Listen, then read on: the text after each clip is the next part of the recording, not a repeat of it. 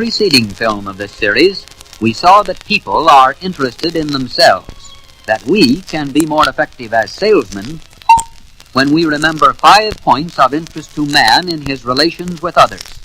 These are his identity, his remarks, his wants, his opinions, and his decisions. We saw what we can do about 2 of these points. First, make the other man feel important. And second, be a good listener. Now let's turn to the 3rd point of interest. His wants. He is interested in the things he wants, and likely to lose interest in others. So, step into the other man's shoes. Think of his needs, his problems. This method has sold a great deal of merchandise for many successful salesmen. One example is James H. Rand, Jr., who put himself into the other man's shoes, eventually succeeded, and became head of Remington Rand. Some years ago, Rand was trying to introduce a new system of office records, but was unable to convince his prospects. So he studied their methods, discovered their real problems, and came up with a system specifically designed to answer their needs. Right then, he began to make sales. H.A. Overstreet, the lecturer and author, says that our fundamental desires determine our actions. Rand simply applied this idea. You can use the same principle to advantage by thinking in terms of your prospect's needs and interests. For instance, how many miles do you ordinarily drive in a year, Mr. Osborne? Oh, about 20,000. You see, I'm a salesman, and I cover quite a lot of territory. This man's needs are trouble-free dependability and the convenience of lots of luggage space. Those are the things to show him. Think in terms of what the prospect wants or needs. Why does this work so effectively? Well, put yourself in his shoes. Suppose you depended on your car to make your living. You'd want to be sure the car you bought would hold up in all kinds of weather, in all kinds of driving, until you were ready to buy a new one. You'd want to hear about dependability.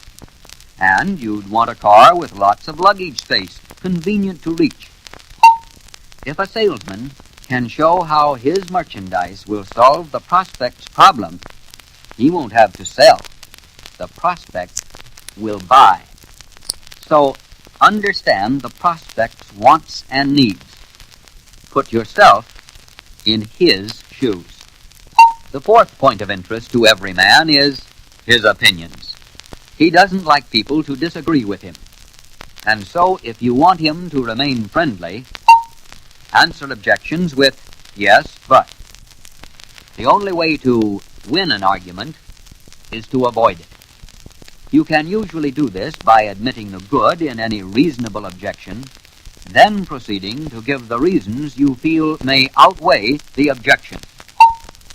Joseph Day, once known as the greatest real estate salesman in the world, used that technique to sell an office building in New York to a growing company. He knew the president of the company enjoyed the fine view of the Hudson with its ships and piers. During an interview, the president of the company named one objection after another, things he didn't like about the building. Day simply listened. At last, with nobody to dispute with him, the president stopped talking. Yes, said Mr. Day. Then he turned to the window. But isn't it a wonderful view? Day had named the advantage closest to the prospect's own interest. He felt this might outweigh the objections. And it did.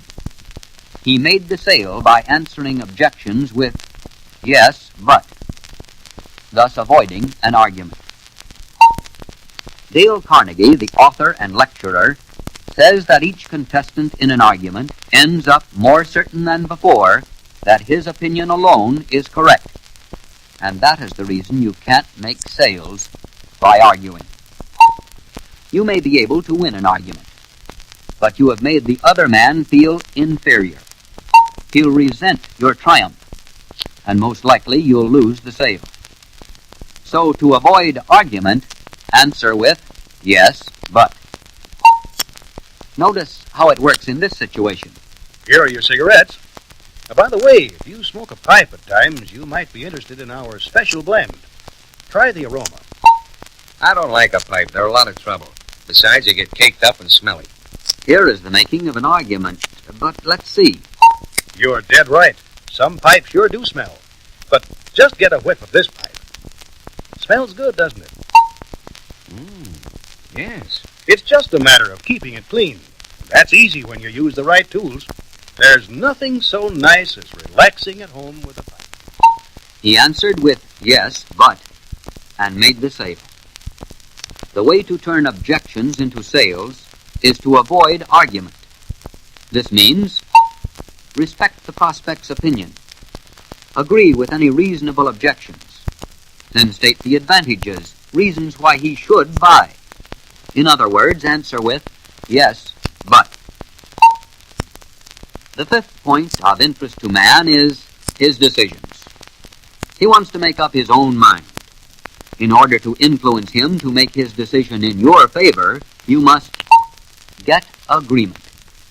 Get him in the habit of saying yes.